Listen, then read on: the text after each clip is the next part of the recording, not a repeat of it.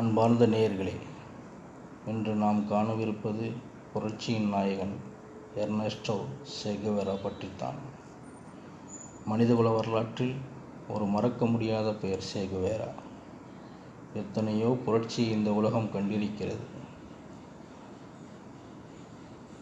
ஆனால் சே கெவாராவின் புரட்சி இந்த உலகம் வித்தியாசமாகத்தான் பார்த்தது. உலகில் எங்கெல்லாம் அநீதி நடக்கிறதோ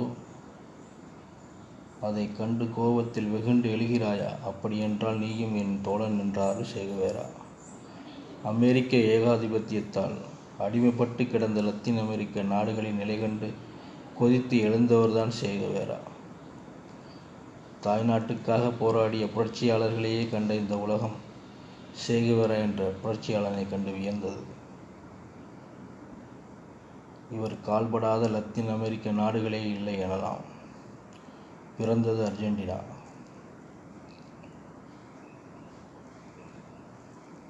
லத்தீன் அமெரிக்க நாடுகளின் நிலை கண்டும் அமெரிக்க ஏகாதிபத்திய கொடுங்கோன்மையும் கண்டும் வெகுண்டெழுந்தார்.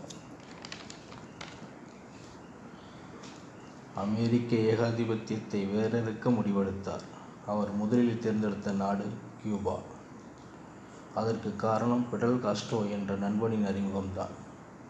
எங்கெல்லாம் அடக்குமுறை இருக்கிறதோ அங்கெல்லாம் புரட்சி வெடிக்கும், இது உலக உண்மை. கியூபாவில் புரட்சி தீ பரவ சே கெவாரா மற்றும் பிடல் காஸ்ட்ரோவின் வீரஞ்செறிந்த போராட்டத்தால் கியூபா விடுபட்டது அமெரிக்க ஏகாதிபத்தியத்தின் கொடுங்கோன்மையிலிருந்து. கம்யூனிச கியூபா மலர்ந்தது. Fidel Castro அதிபரானார்.